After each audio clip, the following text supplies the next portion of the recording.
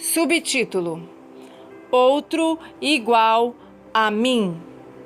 Exatamente antes de deixar os discípulos, Jesus disse a eles: Se me amais, guardareis meus mandamentos. Eu rogarei ao Pai, e Ele vos dará outro Consolador, a fim de que esteja para sempre convosco o Espírito da verdade, que o mundo não pode receber, porque não vê, nem o conhece.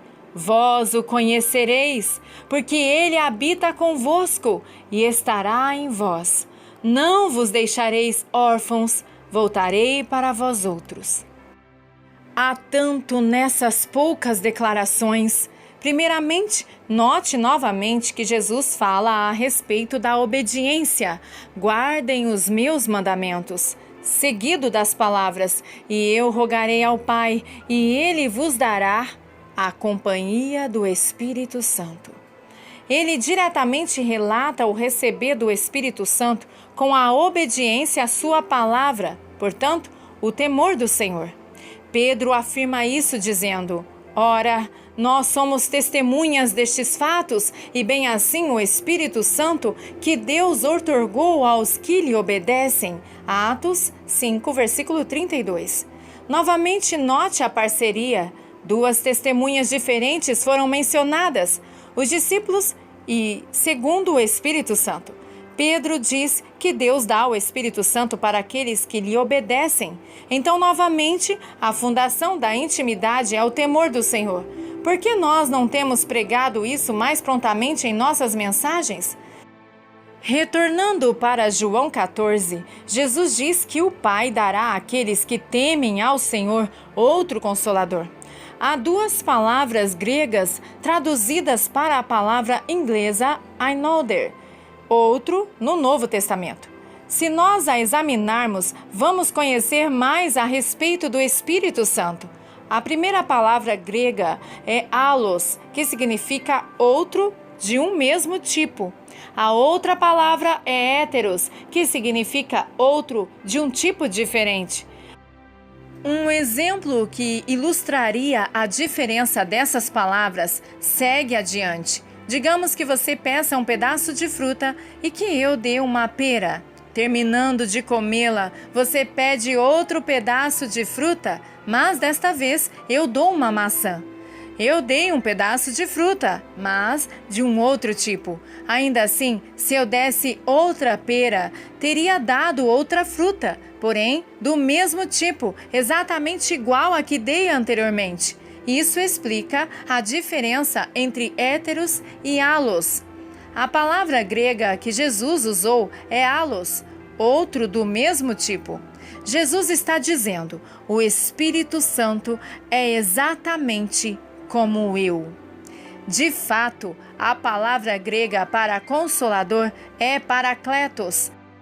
Essa palavra deriva de duas palavras diferentes, para que significa para o lado de, e kaleo, que significa convocar. Portanto, a palavra parakletos significa aquele que é convocado para o lado do outro, para ir ao auxílio dele. Essa palavra foi originalmente usada nos tribunais de justiça para indicar um assistente legal, conselheiro de defesa, um defensor. Então, geralmente, alguém que defende a causa de outro, um intercessor ou um advogado. É suficientemente interessante que essa palavra foi usada uma única vez nas epístolas e foi para identificar Jesus. 1 João capítulo 2, versículo 1. Bem como Jesus vive para sempre para ser nosso advogado ou intercessor, também o Espírito Santo é o nosso advogado. Ele é chamado para estar ao nosso lado e nos ajudar. Jesus está comunicando aos seus discípulos: do mesmo jeito que eu estive com vocês, Ele estará com vocês. Eu frequentemente escuto as pessoas dizerem: Oh, se eu pudesse ter caminhado com Jesus, eu teria feito tantas perguntas. Bem, eles teriam? O fato de que eles fazem tais declarações revela a falta de intimidade com o Espírito Santo. Se não se associam com o Espírito de Deus, o que fazem eles pensar que seria diferente com Jesus? De fato, Jesus fez uma declaração incrível. Mas eu vos digo a verdade. João, capítulo 16, versículo 7. Antes de eu completar a sua declaração, deixe-me exclamar que essa introdução à sua declaração sempre me impressionou. Ele tinha andado com eles por 3 anos e meio. Ele nunca lhes disse uma mentira ou um pensamento enganoso. Tudo o que ele tinha dito a eles durante estes anos era sempre aceito. Ainda assim, ele está prestes a compartilhar algo com eles tão inimaginável que ele tem que introduzir com: pessoal, o que eu estou prestes a falar não é mentira, mas a verdade. Então, vamos continuar para ver essa declaração inimaginável. Convém-vos que eu vá.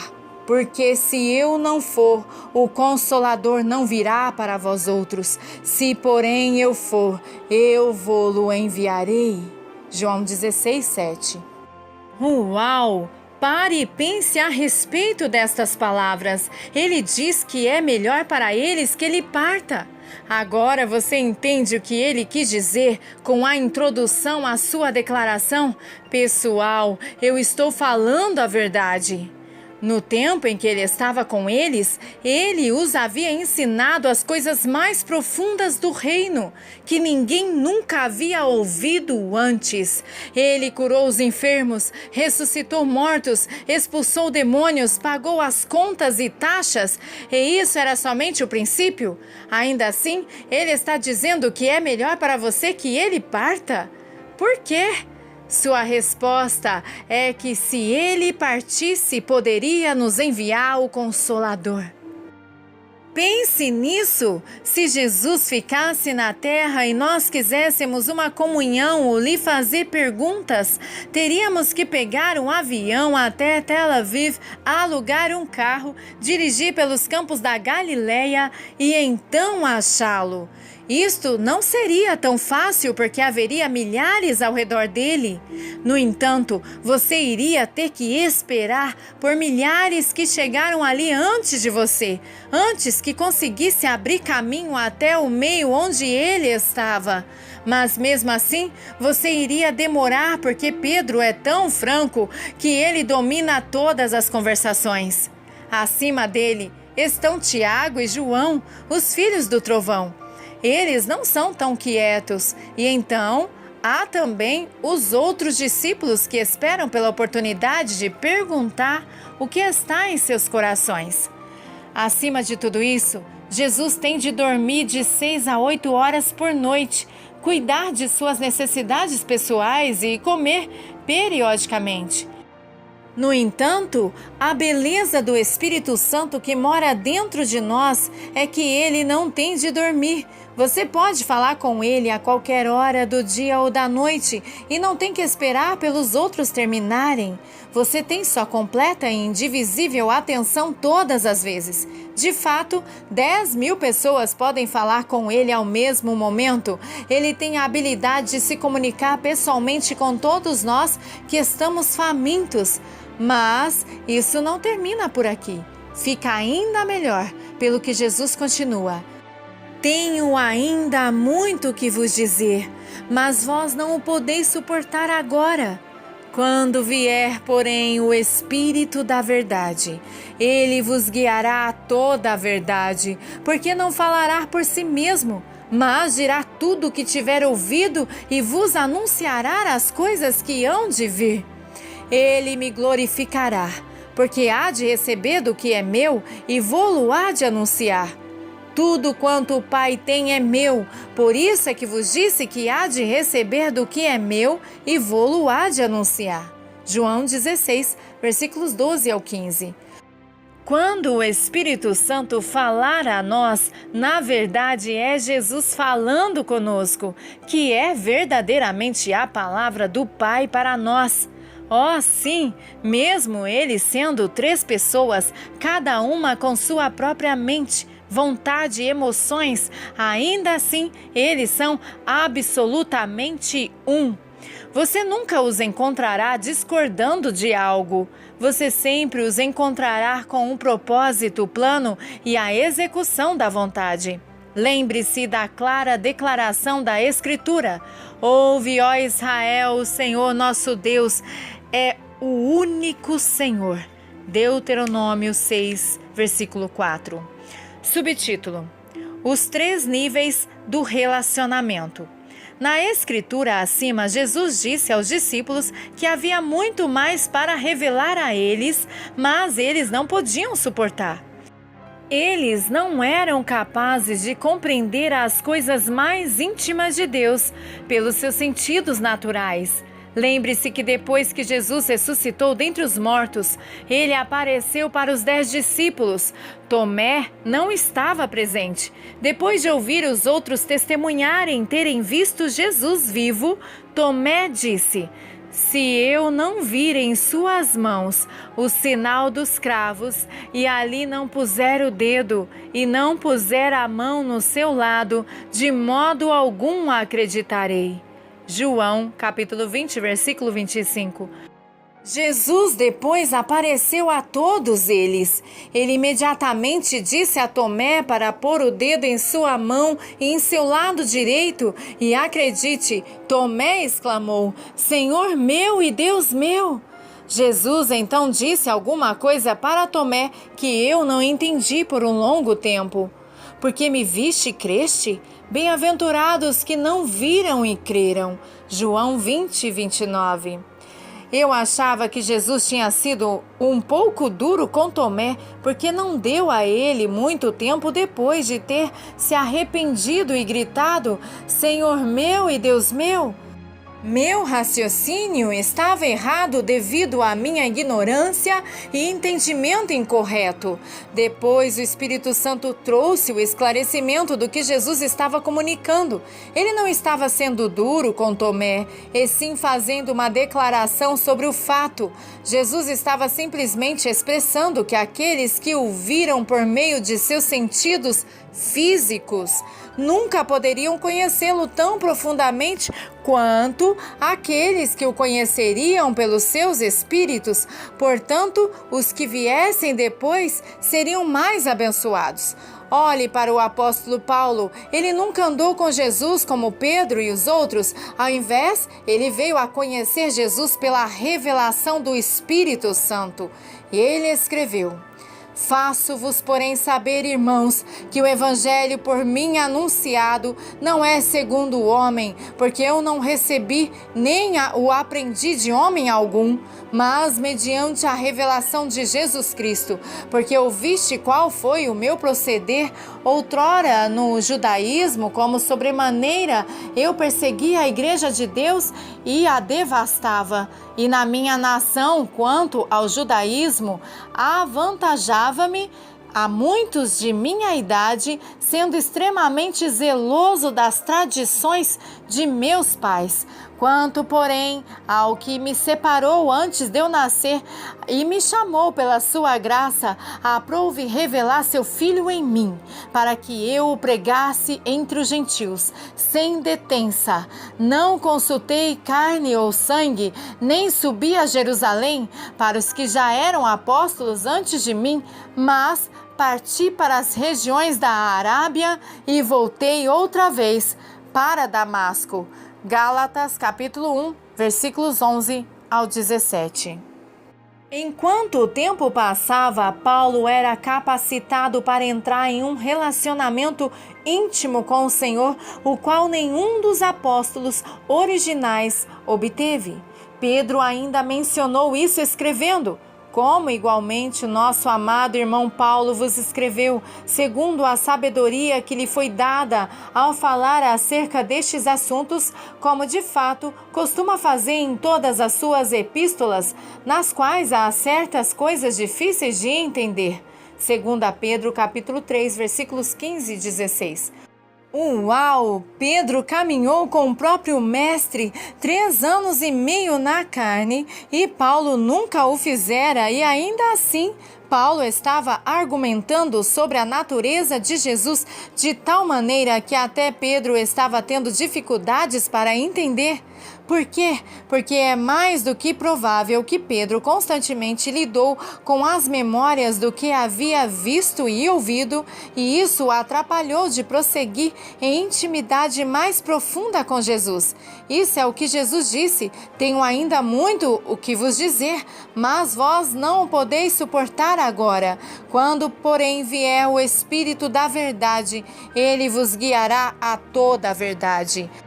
Um exemplo pouco convincente disso, por favor, entenda que não é em todo sentido, mas irá ajudar a iluminar a explicação.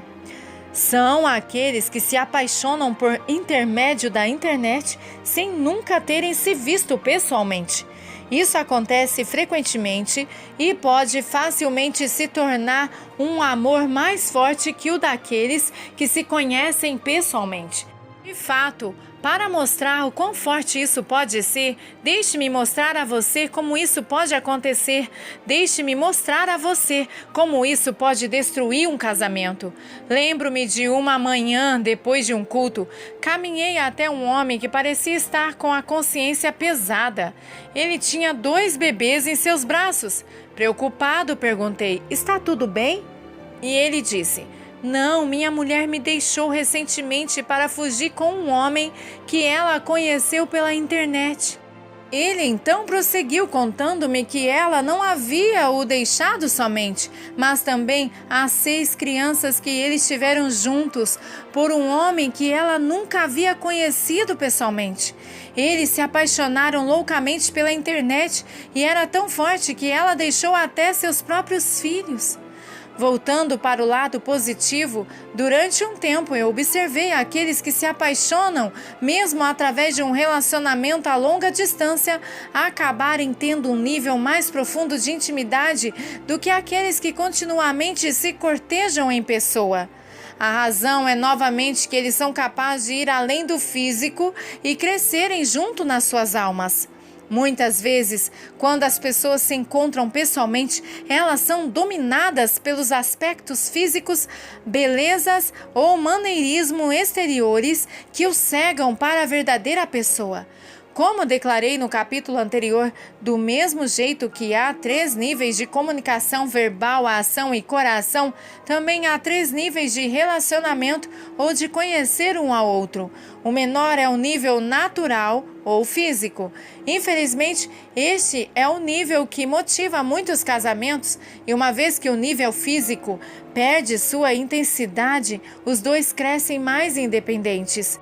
Eles frequentemente mergulham nos esportes, passatempos prediletos, ministérios e daí por diante. É mais triste.